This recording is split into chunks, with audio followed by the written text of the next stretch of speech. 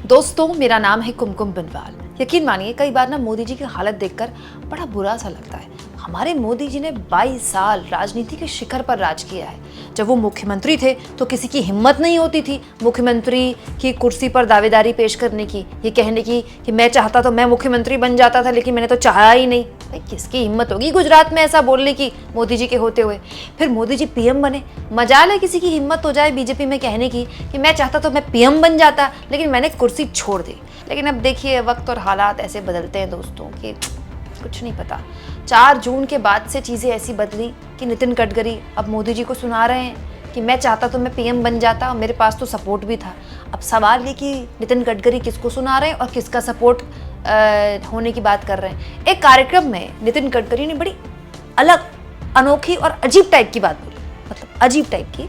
अब जब मोदी जी की सरकार बन गई, सरकार बने 3-4 महीने होने को हैं, बैसाखियों पर ही सही लेकिन सरकार तो चल रही है, तो अचानक से नितिन गडकरी एक भंडाफोड़ कर रहे हैं, एक जानकारी दे रहे हैं, भौचक्का कर रहे हैं लोगों को। क्या कहते हुए कि अगर वो चाहते तो वो पीएम बन जाते क्योंकि उनके पास किसी का सपोर्ट था। अब वो किसी कौन है वो भी गडकरी साहब खुद ही बताएंगे। दोस्तों, एक कार्यक्रम में बयान दिया गडकरी साहब ने और उन्होंने कहा कि मुझे एक घटना याद है, मैं किसी का नाम नहीं लूंगा। उस व्यक्ति ने कहा था अगर आप प्रधानमंत्री बनने जा रहे हैं तो हम आपका समर्थन करेंगे। हालांकि उन्होंने ये नहीं बताया कि ये बातचीत कब की हुई, मतलब एक कब की बातचीत है, कब गडकरी साहब को पीएम बनाने के लिए आतुर दिख रहा था कोई। और गडकरी साहब ने इसका क्या जवाब दिया वो तो मैं आगे आपको बताऊंगी। लेकिन जाहिर सी बात है दोस्तों, कोई बीजेपी का नेता तो कह नहीं रहा होगा गडकरी साहब से अगर आप चाहते हैं पीएम बन जाएं तो हम बना देंगे, क्योंकि बीजेपी के तो खुद ही हैं गडकरी साहब, बीजेपी के राष्ट्रीय अध्यक्ष भी रह चुके हैं और 10 साल से मोदी जी के कैबिनेट का हिस्सा भी हैं।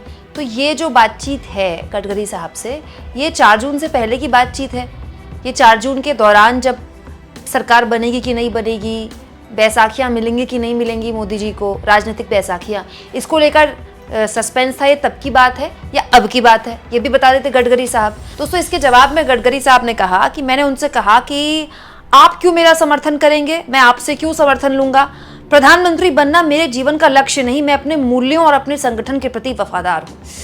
ये जो राजनीति है ना दोस्तों, ये बहुत ही मतलब अजीब सी चीज़ है। अगर कोई कहे ना कि मैं पीएम पद का दावेदार नहीं हूँ, पीएम बनना मेरा बिल्कुल भी लक्ष्य नहीं है, या फिर ये कोई कहे कि मुख्यमंत्री पद का दावेदार नहीं हूँ, मुख्यमंत्री बनना मेरा बिल्कुल लक्ष्य नहीं है, तो समझ लीजिए कि पीएम या सीएम बनने की जो भावना है ना, बहुत प्रबल रूप से शख्स के अंदर जागृत हो रही है। अमूमन ये होता है राजनीति में। अब गडकरी साहब एक्सेप्शन हो सकते हैं। मतलब गडकरी साहब इस तरह की बात बोलकर क्या कहना चाहते हैं कि बीजेपी के अंदर एकमात्र वो हैं जो जिनके पास ऑफर था पीएम बनने का, लेकिन वो तो उनके मूल्य ऐसे नहीं हैं, वो समझौता नहीं करना चाहते थे अपने मूल्य से, इसीलिए उन्होंने जो ऑफर था वो ठुकरा दिया। और उनको ऑफर दे कौन रहा था भाई? बीजेपी का कोई नेता तो नहीं देगा, क्या कोई बड़ा उद्योगपति दे रहा था? क्योंकि हमारे देश में दोस्तों आपको पता है ना, जिसके पीछे इंडस्ट्री खड़ी होती है, कॉर्पोरेट जिसके पीछे खड़ा होता है, वो नेता राजनीति में बहुत लंबा जाता है। मोदी जी के पीछे कॉर्पोरेट तब से खड़ा है जब से वो गुजरात के मुख्यमंत्री हैं। तब से अंबानी और रतन टाटा और बड़े बड़े लोग जो हैं वो मोदी जी के गुजरात समिट में आते थे और कहते थे कि पीएम बने तो मोदी जी बने तो बात हो। और ये सब कुछ सबको पता है, पब्लिक प्लेटफॉर्म में आप चाहें तो देख सकते हैं यूट्यूब में पुरानी वीडियोस में। तो गडकरी साहब क्या कहना चाहते हैं? क्या उनको कॉर्पोरेट का सपोर्ट था या फिर किसी गठबंधन के सहयोगी का सपोर्ट था जो एनडीए का हिस्सा नहीं है या संभावित एनडीए का हिस्सा था? मतलब गडकरी साहब के मन में अचानक से ये बात बोलने का ये क्यों प्रबल भावना जागृत हो गई? मतलब बोला भी तो उड़ता तीर छोड़ दिया ना। अब मोदी जी टेंशन में आ जाएंगे, अब सोचेंगे न जाने वो कौन है जो चाहता है कि गडकरी साहब पीएम बन जाएं, गडकरी साहब पीएम बनेंगे तो अगला सपोर्ट करने को तैयार है। अब ये भी नहीं पता ना, आजकल के टाइम में तो आपको पता ही है, अब जो विधानसभा चुनाव है हरियाणा, महाराष्ट्र, झारखंड, इसके अलावा जम्मू कश्मीर, यहाँ पर अगर बीजेपी की दुर्गति हुई तो मोदी जी से वैसे भी उनकी पार्टी के लोग कई तरह के सवाल पूछने लगेंगे। कल को पार्टी के लोगों ने कह दिया भाई हमको नहीं चाहिए ये पीएम, सरकार एनडीए की ही रहे लेकिन पीएम बदली है, फिर तो मोदी जी को ताबड़तोड़ हार झेलने के बाद हो सकता है प्रेशर में आ जाए मोदी जी। कहीं ऐसा तो नहीं कि ये सब बोलकर गडकरी साहब तालाब में कंकड़ फेंक कर गहराई नापना चाहते हैं पानी की? देखिए गडकरी साहब कुछ भी बोल सकते हैं, वो तो बोलने के लिए जाने जाते हैं, वो कभी भी किसी को भी सुना देते हैं, कुछ भी बोल देते हैं। लेकिन गडकरी साहब की दोस्तों राजनीति में एक विश्वसनीयता है, इस तरह की बातें उनको नहीं करनी चाहिए। उनको खुल के बताना चाहिए कि फलाने ने मुझे ऑफर दिया, ढिमकाने दिन दिया था, इस साल में दिया था, लेकिन मैंने ऑफर रिजेक्ट कर दिया। क्योंकि ये तो वही बात हो गई, कल को अमिताभ बच्चन बोलेंगे मुझे भी ऑफर मिला था प्रधानमंत्री बनने का, फलाने ने मुझसे कहा था कि मैं आपका सपोर्ट करूंगा अगर आप पीएम बनेंगे, लेकिन मैंने उनसे कहा कि मैं तुम्हारा सपोर्ट क्यों लूं। ऐसे उड़ते तीर से थोड़ी चलेगा दोस्तों। ये भी हमने देखा है कि पिछले 10 सालों में गडकरी साहब के पर कैसे कुतरे गए, और हालांकि अब वो स्थिति नहीं है। बीजेपी के अंदर अब कई पावर सेंटर काम कर रहे हैं। लोकसभा चुनाव के पहले ही गडकरी साहब की आरएसएस के साथ करीबियां, उन करीबियों में जो कुछ भी हुआ चुनाव के दौरान सबको सब कुछ पता है। और अब जब मोदी जी की गठबंधन की सरकार चल रही है तो बताइए, गडकरी साहब खुला चैलेंज दे रहे हैं कि मेरे पास था ऑफर पीएम बनने का, पता नहीं कौन उनको पीएम बना रहा था, लेकिन वो तो उनके मूल्य गवारा नहीं दे रहे थे।